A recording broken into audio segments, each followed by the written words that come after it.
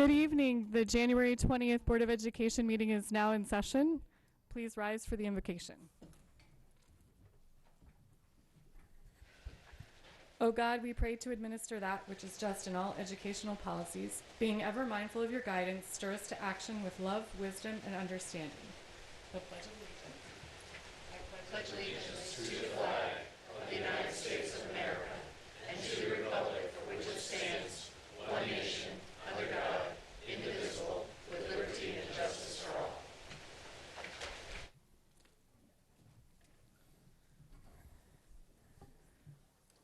Item 2.03 is approval of the minutes. Do I have a motion to approve the minutes?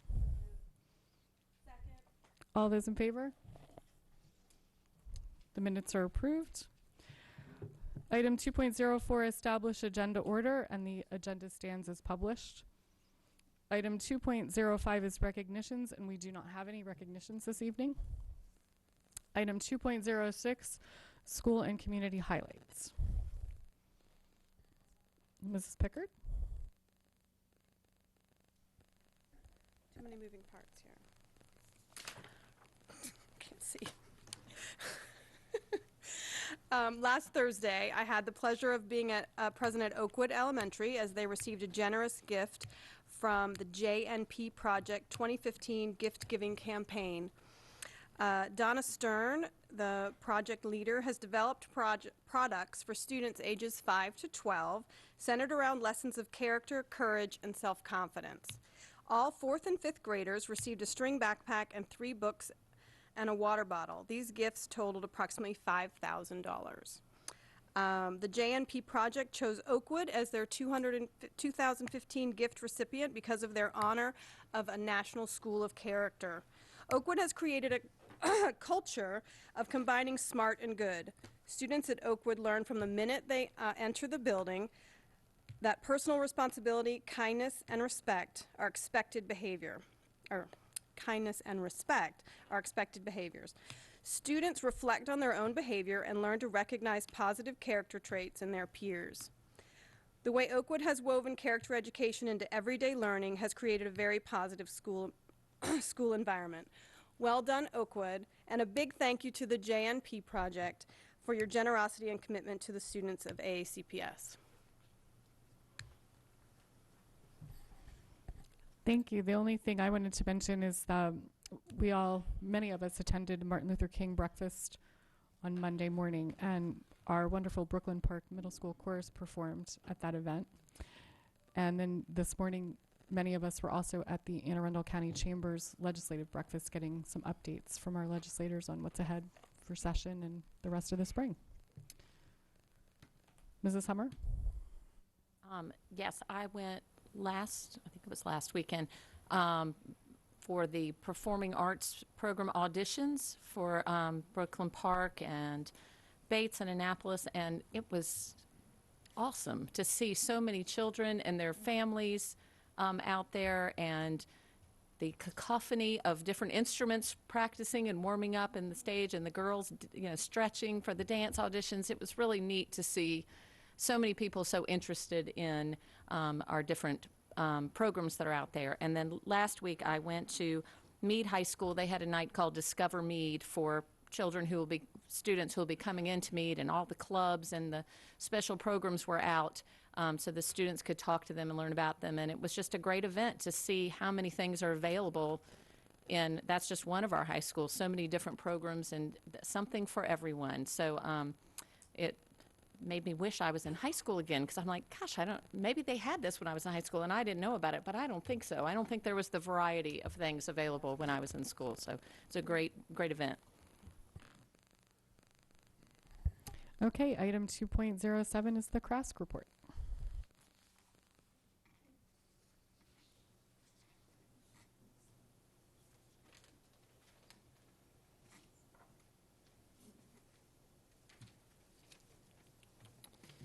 Good evening, President Korbelak, Dr. Arlotto, and members of the board. My name is Michael Moore. I am a junior at Severna Park High School, and I am the second vice president of the Chesapeake Regional Association of Student Councils.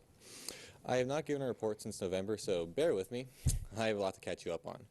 In December, CRASC hosted a General Assembly at Meade High School. Our topic was inclusivity, and our workshops focused on community inclusion, special needs students, alternative education, and transgendered youth. Ms. Bobby Pedrick, who was our keynote speaker, delivered a wonderful speech and was extremely popular amongst the students. I'd like to give special thanks to Lucia Martin, Kathy Lane, Nelson Horine, Virginia Dolan, and Colleen Duncan, and extra special thanks to Meade High School. In more recent news, Severna Park Jr. Alex McGrath was selected to be one of 2 Maryland representatives in the United States Senate program. Also from Severna Park, Viraj Shah is one of 5 finalists for the advancing to the elections for the student board member of the Maryland State Board of Education. That's a lot to say. On Wednesday, January 27th, here at the Parham Building at 6:30 p.m., CRASC will have an informational meeting about the student board member selection process. We are anticipating a wide field of applicants and encourage all interested juniors to attend. This will kick off the nomination period. That'll be fun. Finally, we'd like to wish all participants in the Cool Schools Challenge of the Polar Bear Plunge good luck. Currently, the top 3 schools are Arundel Middle School, Southern, and Arundel. So great job, guys, and enjoy the cold while you're at it. And thanks to you for allowing us to represent the students of Anne Arundel County. Thank you. Item 2.08 is the PTA report.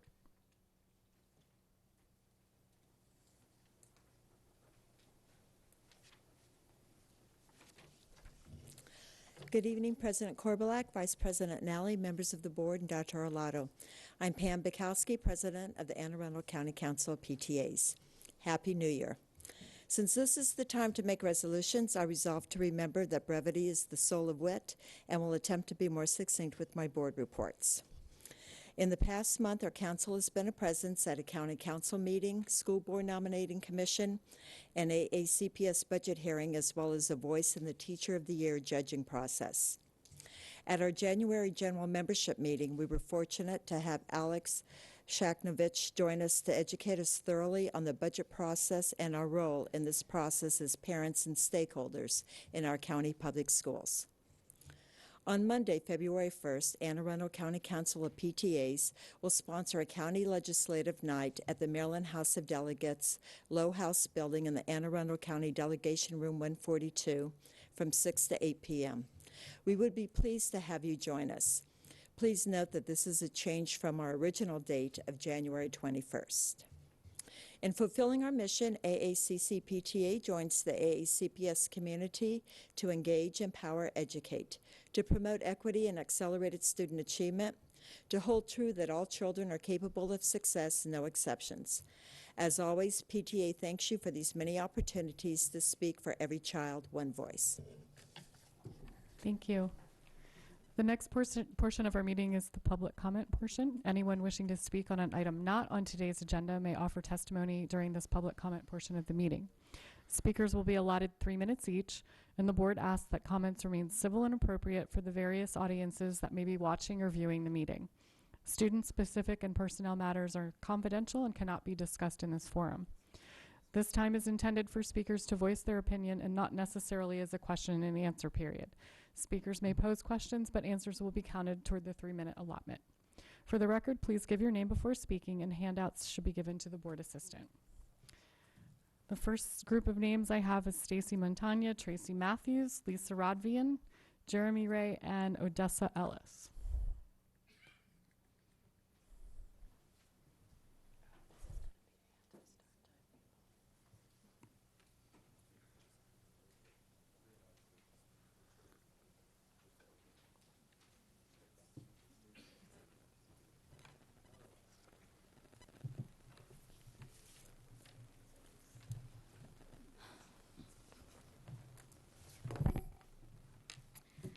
Good evening, Superintendent Arlotto, President Korbelak, and distinguished board members. My name is Stacy Montaigne. I am not here this evening to talk to you about the impacts that will affect my family with changing school start times. However, I am here to tell you about the impacts that all families, even those without students, will be impacted. Regarding high school start times, I understand that research states the benefits of later start times for teens. Yes, we can all agree staggering statistics apply to high school students, including lowered teen pregnancy, lowered teen drug use, lowered teen depression.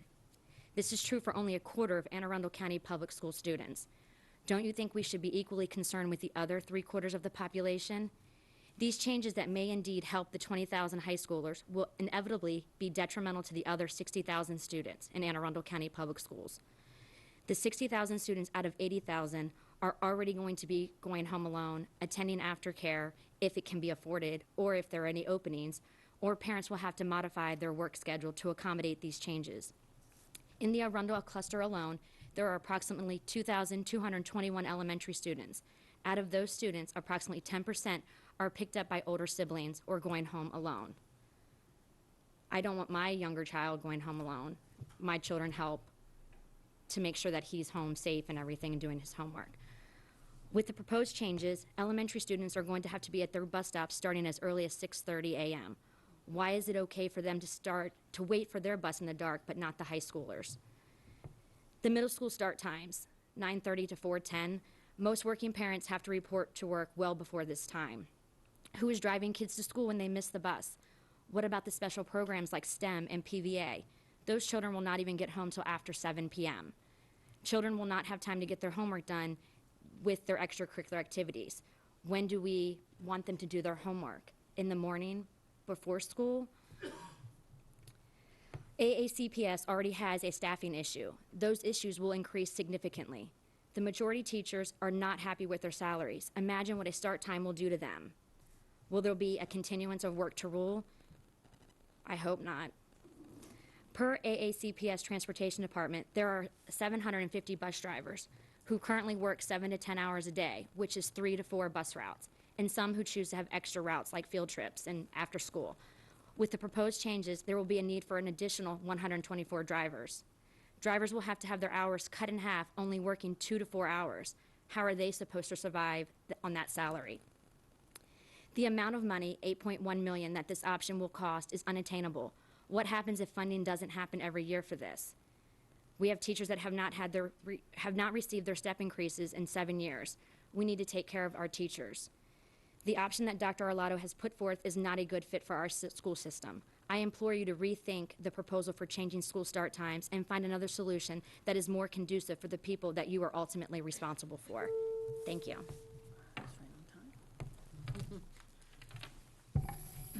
Hi, I'm Tracy Matthews. I wanted to talk to you today about Start School Later movement. I want to thank my friend Stacy because she hit on a whole lot of points. So I thought that I would talk about what would happen if we didn't change school start times. So Anne Arundel County will still have 80,000 plus children coming to school on that first day of school, all excited. Anne Arundel County will still be one of the top producing school systems in Maryland. Anne Arundel County will be and still will be very proud of all of our past students that have graduated with the current start times and gone on to accomplish some really many great things. One of those would be Jack Andrak, who invented an early detection screening for pancreatic cancer. The 3 Anne Arundel County students that won the prestigious awards from Mr. Gates Scholarship. Anne Arundel County can also be proud of the higher test scores. According to the Capital Gazette, Anne Arundel surpassed state average from the newly released PARCC test scores. And I think you all know how I feel about PARCC test scores. So I can also tell you what greatness we have, but I also thought that I would mention that Ms. Korbelak's son, Joshua, graduated from Arundel High School early and went on to do the Rotary International Youth Exchange. Her other 2 children graduated from IB, and she currently has a daughter at Annapolis High School in the PVA. That speaks volumes. My daughter's school, Arundel High School, is now offering so many different certificate options for our students, from computer science completer to the newly introduced gaming completer program, so they can learn how to, program those great games that they spend hours on. So my youngest is contemplating taking 5 AP courses next year. Our Arundel students may be able to help design the newly approved Crofton High School. Who doesn't love that? Is that totally awesome? So all of these wonderful accomplishments could not have happened without our outstanding teachers. So in closing, please recognize that we do have an awesome school system, and let's invest in our teachers and don't fix what's not broken. So that's my time. Thanks. Good evening. My name is Odessa Ellis, and I'm chairperson of Concerned Citizens for Successful Students. Tonight, I am speaking on behalf of our 5 community ambassadors who are employed at Annapolis High and North County High Schools. They serve under the Office of Equity and Accelerated Student Achievement at the Board of Education. Their assignment is to serve and assist the students and their families with difficult circumstances in their homes and communities. Their duties include going to the students' homes and bringing them to school to make sure they arrive promptly to attend their classes, collaborating with their teachers concerning their academics and attendance, transporting students and parents to court for their court appearances, advocating for them in court, assisting school administration with personal and family matters, visiting homes for follow-ups, making referrals to community organizations for assistance such as food, electric, etc. And they also receive food from the food banks for distribution as needed. Our ambassadors are dedicated and committed. They have a lot of love for their students and families. They give so much. However, they only receive $10 an hour. Yes, $10 an hour. And when the schools are closed, they do not receive pay at all. A year ago, their salary was cut back from $13 an hour to $10 an hour. I am aware of the other salary concerns, but the salary of the ambassadors needs to be addressed also. They deserve an increase in pay and leave pay. I would like for the board to please consider and respond to this important concern in a timely manner. I am thanking you in advance. Good evening, Dr. Arlotto and members of the board. My name is Lisa Rodvian. I'm a secondary teacher in Anne Arundel County Public Schools, and I'm seeing you for the second night this week. So first, I want to start by thanking you for including teacher pay increases in the fiscal 17 budget. I definitely encourage the board to support that funding. I was actually really encouraged to hear that the board was at least inquiring about the possibility of a mid-year step. So I hope that that's something you go forward with. I think, as everyone here in this room knows, the lobbying for the budget or the advocacy for this budget is just beginning. We are at the beginning of this process, and you are the beginning of this process. That said, I want to say thank you for including money to finally begin safe and healthy start times for 2017. I appreciated Dr. Arlotto's piece in the Capital Gazette this weekend and commitment to this process. While you have already, and you will have naysayers who, with very understandable concerns. I mean, my two were actually from the same cluster that have very understandable concerns about child care, about the cost. I've heard very few people deny the science behind later school start times and doubt the recommendations of the Centers for Disease Control and the American Academy of Pediatrics. In fact, even the petition that was started begins by acknowledging those important concerns. So I urge you to press forward with the same urgency that you would if a cafeteria menu item caused all of the harm that our early high school times are causing. Imagine if you could just take one item off of the cafeteria menu and you could improve student achievement, you could close the achievement gap, you could lower teen crime rates, you could lower the number of teen car crashes in our county, you could lower the number of teen pregnancies, you could reduce teen obesity, you could lower teen dropout rates, you could lower teen depression. I mean, if it were something as black and white as a food item on the cafeteria menu, you'd do it in a heartbeat. Well, unfortunately, changing start times is not quite so simple, as obviously there are impacts throughout the community. But I urge you to go forward. And instead of, saying, all right, we're going to let this opposition stop us, to work with the people that, have very real and legitimate concerns about childcare issues, for our younger students, for the cost of this. I urge you to challenge the premise that 124 additional buses truly are needed, which, in my understanding, is the bulk of that $8.1 million. I could be incorrect here, but I understand that was a presumption that we would be moving to 100% bus ridership. And is that really a realistic basis for, $8.1 million? Are we really going to have 100% bus ridership? So is that, is that number probably a little bit high? I think it might be. And so maybe that's something the board can look at to help allay some of the concerns about the cost of later start times. Anyway, I've testified on this so many times, you probably know everything I would want to say about it, so I'll leave it at that, and just say thank you again for pursuing this initiative. It's truly an important health concern for our students. We can't accept the status quo. Yes, we've had great results, but there are still students dropping out of high school. We still have an achievement gap. We have teen crime, teen pregnancy, teen depression, and all of those things can be improved with just a little more sleep. On one last topic, I wanted to, totally unrelated to lighter the toast, take a deep breath. This was a topic that came up in the budget workshop last night, was the question about textbooks. Someone suggested, oh, well, it would be impossible to ask every teacher in the county whether they actually need new textbooks. And I was sitting next to someone and we said, wait, why would that be impossible?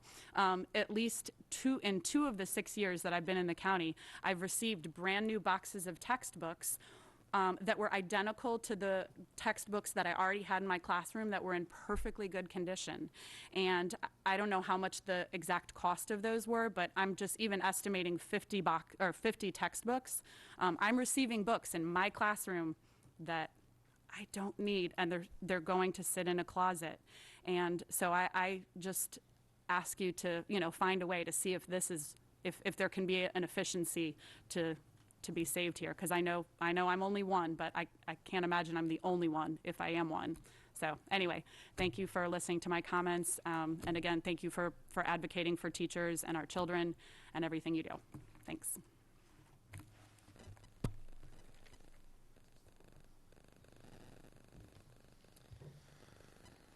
Good evening, Dr. Arlotto and Board of Education. My name is Jeremy Ray, and I know you've already heard a lot of testimony about teacher pay. And I'm a little late to that party, but I think it's still relevant to tell my story and keep that in the front of our minds as the budget process progresses. This is my 12th year teaching music in public schools and my 8th year at AACCPTAS in Annapolis Middle School, a challenge school, where I teach 6th, 7th, and 8th grade chorus, global music, and 8th grade guitar in 12 different class sections with over 300 students. That's a lot of planning and a lot of work. I've also directed the school musical 5 of the last 6 years and volunteered my own time for countless student activities, including our famous Dragon Cafe recital and silent auction, where we raise funds to supplement the school's music budget. When I arrived at AMS, the choral general music teaching position was a revolving door. There were 5 teachers in the previous 6 years. My first year, I had about 90 students enrolled in chorus, most of whom had little to no interest in singing. It was a struggle to get students to engage during class, let alone scrape together enough for participation in a concert. This year, I now have almost 200 students in my chorus classes, about 100 in global music and guitar. They're motivated and working hard every day and every rehearsal. As a 12th year middle school music teacher, I have plenty of tools and experience to make my performing groups and classes fun, successful, and accessible for all students, no matter what their socioeconomic background. AMS choruses now consistently receive excellent ratings at festivals and competitions, and I can confidently say that I have, with the help of my fellow music teachers and staff at AMS, completely turned around the music program at Annapolis Middle School, a challenge school. I really love teaching music. But with the way the county has treated me by cutting pay while I try to keep up with an ever-increasing workload, it's making me question my future at AACCPTAS. The failure by TAC, the Board of Ed, the County Council, and the County Executive to fund experience step pay increases in the recent past has left me feeling disrespected and dejected. I'm a 12th year teacher with a master's degree, doing really good work, absolutely stuck on step 5 of a meaningless pay scale. A 12th year teacher on step 5. I know I'm not alone in that. When I came to the county in 2008 as a 5th year teacher, starting on step 5, that made a lot of sense. But as a 12th year teacher, still being on step 5, that just doesn't add up. Getting a pay decrease this year by losing the challenge pay was an additional slap in the face. I am not a bitter, burnt-out teacher that hates his job. In fact, I love my job. But I'm a teacher who's burnt out by how I feel unappreciated and undervalued by his employer. And I'm confused that the community in which I teach continues to vote for people who treat teachers so poorly. Employees that feel appreciated are exponentially more motivated and are well worth the investment it takes to attract and retain them. Anne Arundel County, I think, is well on its way to having an inexperienced and disgruntled teacher workforce. Please turn things around this year and show hardworking Anne Arundel teachers respect. People before programs. Please figure out how to get that done. Thank you. Thank you. The last 2 cards I have are Sam Barrett and Brett Meadows.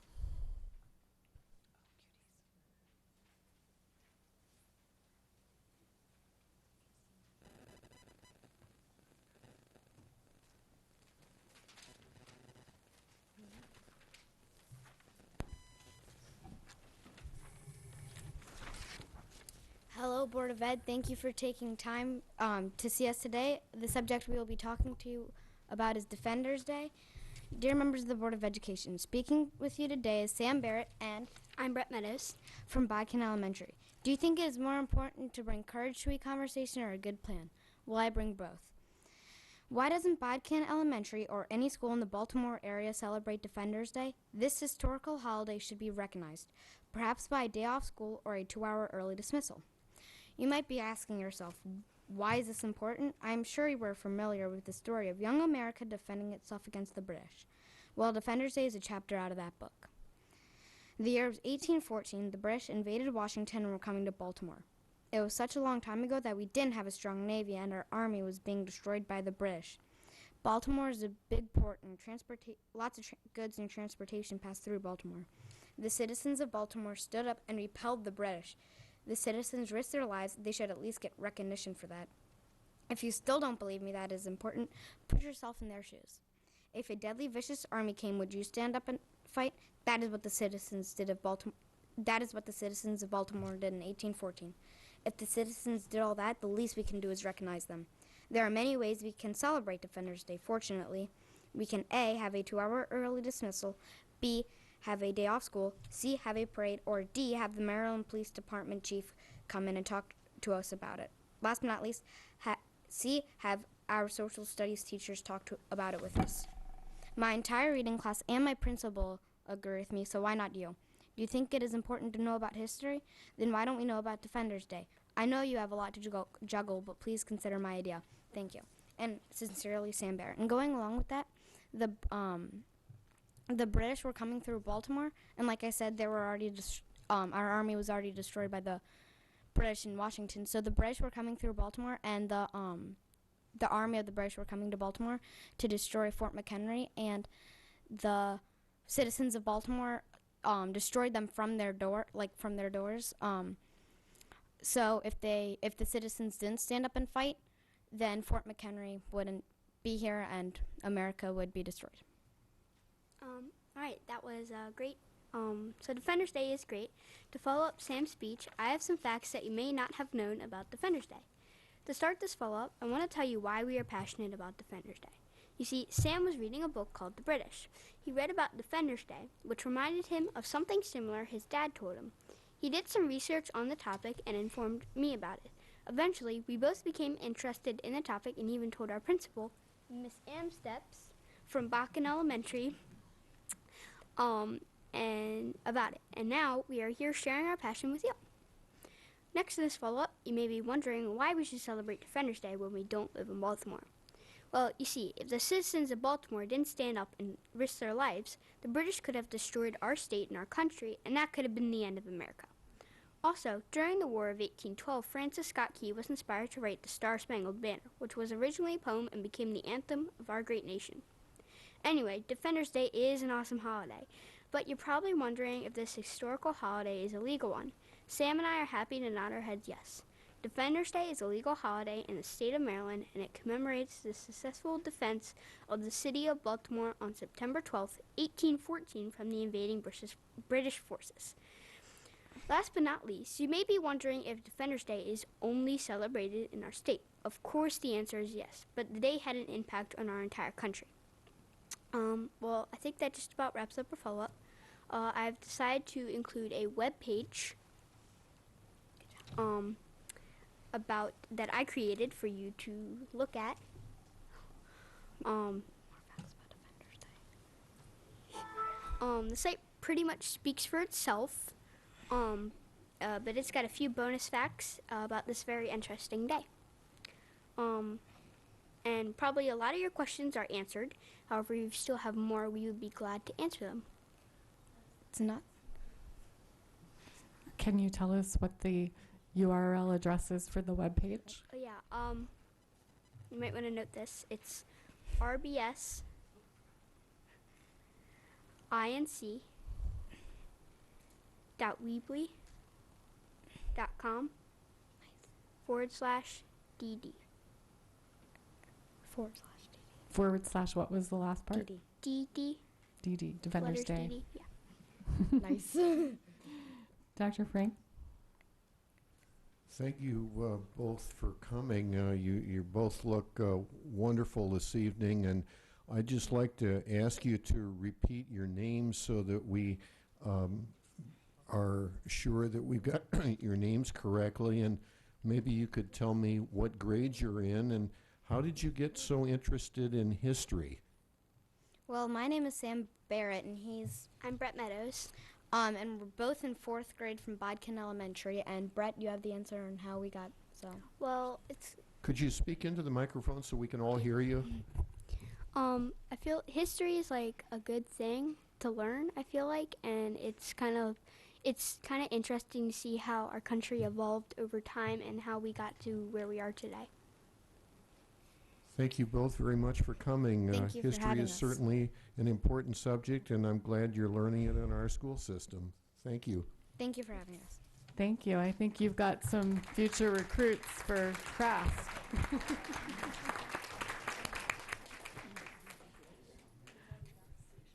That's right. They already match you.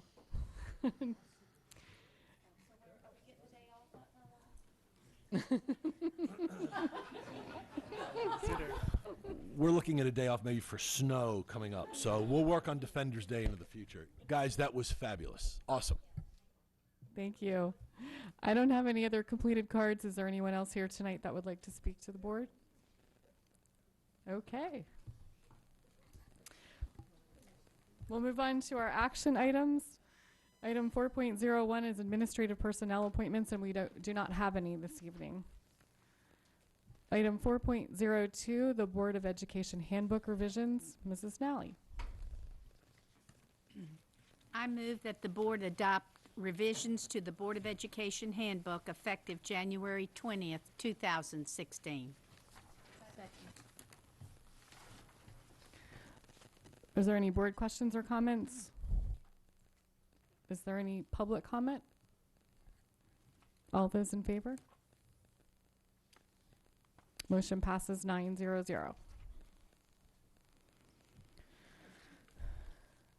The next 5 items are policy revisions, all second readings. Item 4.03, workdays, summer schedules for schools, code GAG. And this is an information item only. There were no public comments received during the 30-day posting. Are there any board comments or questions? Is there any public comment? Okay.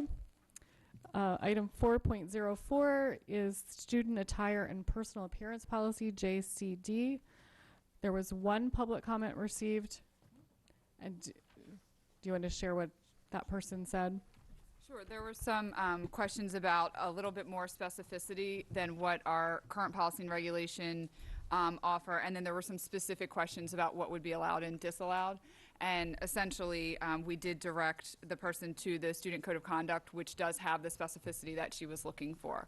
So I think we addressed most of her concerns, and her comment as well as our response is posted on our website. Okay, thank you. Is there any board comment? Is there any public comment? Okay, item 4.05, student political activity JCK. And there were no public comments on this item, correct? That's correct. Any board questions or comments? Mrs. Birch.